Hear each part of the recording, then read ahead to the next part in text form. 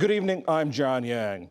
The day after Iran used drones and missiles to carry out its first ever direct assault on Israel, diplomacy took center stage today.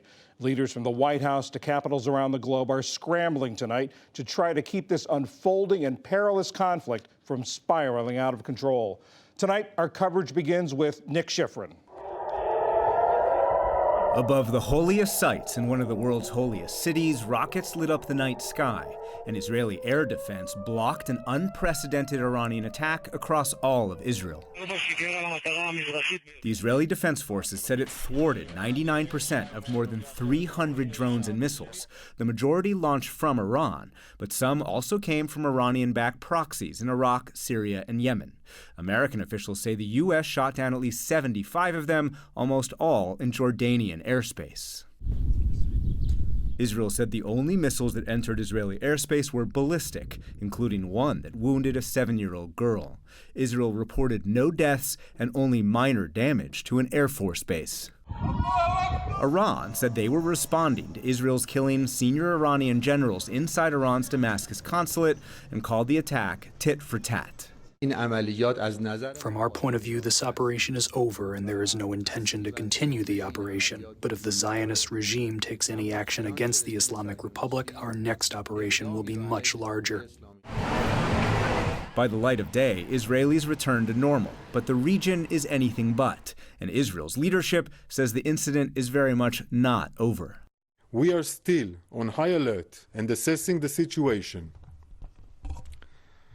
Over the last few hours, we approved operational plans for both offensive and defensive action. But the U.S. is counseling restraint. President Biden and the leaders of the world's 7 largest industrialized nations warned Iran's attack could lead to, quote, uncontrollable escalation. They vowed to de-escalate. And in a phone call, Biden told Prime Minister Benjamin Netanyahu the U.S. would not take part in an Israeli retaliation. National Security spokesman John Kirby repeated that message this morning. It's going to be up to the Israelis to decide what the next step is here. I will just say this. President Biden, since the beginning of this conflict, has worked very hard to keep this from becoming a broader regional war, to keep the tensions from escalating. Senior administration officials said today the G7 group of countries could impose new coordinated sanctions, and other countries could join the U.S. in labeling the Islamic Revolutionary Guard Corps a terrorist group. That is the diplomatic focus, John, that the U.S. wants, of course, but the major focus we are waiting for, the major response we're waiting for, is Israel's military response. Nick, let's start by looking back at last night with this really remarkable effect of Israel blunting this attack. The United States had moved some U.S. assets into the region. How important were they in this operation? President Biden himself said it was absolutely essential. Over the last 10 days, Israel and the United States have been working coordinated on this response, a senior administration official said, and that included moving fighter squadrons into better positions, and those fighter squadrons shot down more than 70 drones. The U.S. also moved an additional destroyer into the region to join a destroyer already there, and that helped shoot down 4 or 6 of those 100-plus ballistic missiles fired by Iran toward Israel. We know of no previous occasion in U.S.-Israeli history in which the U.S. launched jets during an attack on Israel or fired missiles from boats during an attack on Israel. Strategically, the reason that is so important, John, is that a senior administration official said that if this attack had succeeded, there would have been, quote, uncontrollable escalation and a broader regional conflict. The U.S. assesses that this attack was absolutely designed to kill Israelis and inflict widespread damage, and the fact is it didn't. And if that had happened, the assumption is that Israel and Iran perhaps might be at war already. Looking forward, as Israel does ponder what to do next, what are the factors they're weighing, and what's the United States telling them? Israeli media already reported that there was a quick cabinet meeting last night in which Israeli leaders considered an immediate strike, but that the Biden-Bibi phone call, the Netanyahu-Biden phone call, seems to have tamped down the possibility of that. And Israeli officials today are saying they will strike whenever they deem it proper to strike. There are many military options for Israel, of course, inside Iran itself, whether that's Iranian government, IRGC, the nuclear sites even. But a senior administration official said 2 important things today. One, Israel's made clear to us they are not looking for a significant escalation with Iran. If that is accurate, that means that they are not looking to strike directly against Iran, at least at the moment. And two, a senior administration official said very bluntly, we would not be part of any response they do. That is longstanding U.S. policy. But still, to say that is really to send the message to Israel, if you're going to do this, or especially if you're going to attack Iran, you would be on your own.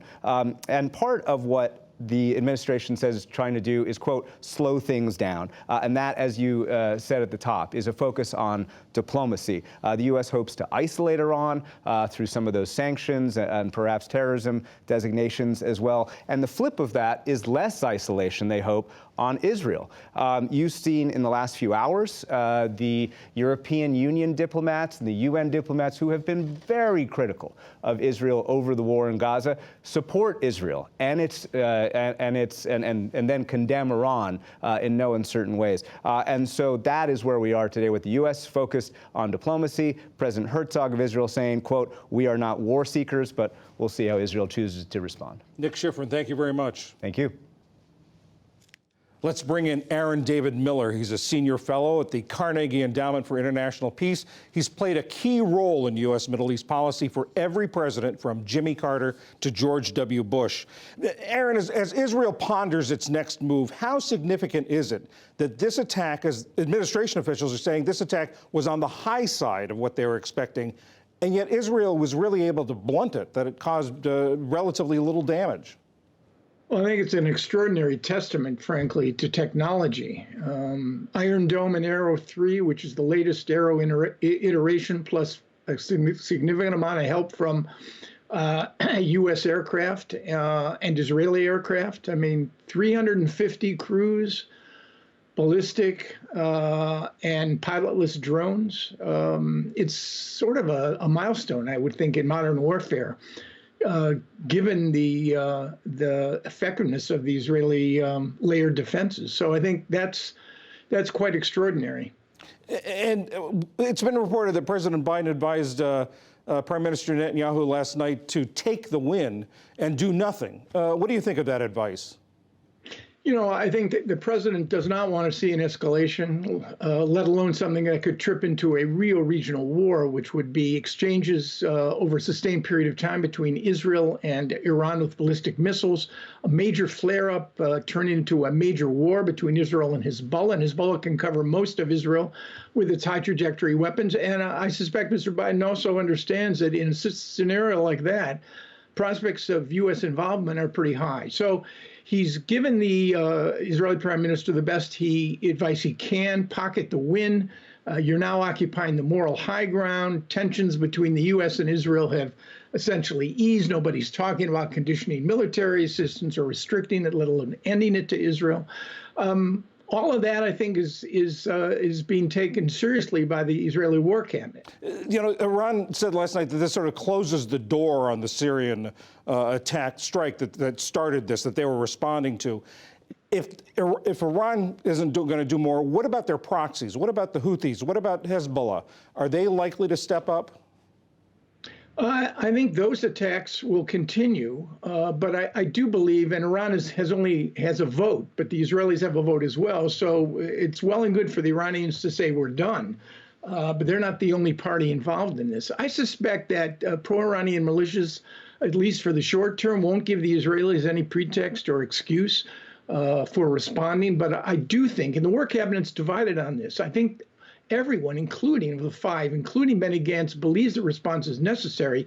The timing of that response, I think, is up in the air, and the scale of that response is up in the air. So I think Israel will capitalize now on the fact that they've got an enormous, the G7 statement was extraordinary in terms of its support for Israel, no concern over Israeli strikes, and a strong statement that also appeared to isolate Iran. So I think the Israelis will ride that for a while. But at some point, I think there will be an accounting, and it probably will be directed at Iranian assets in Iran.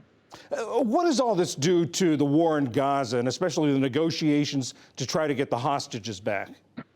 I think it's a serious tragedy on the part of the hostages and their families. Hamas had no real incentive. They believe that pressure on Israeli withdrawal of forces from Gaza was working in their favor.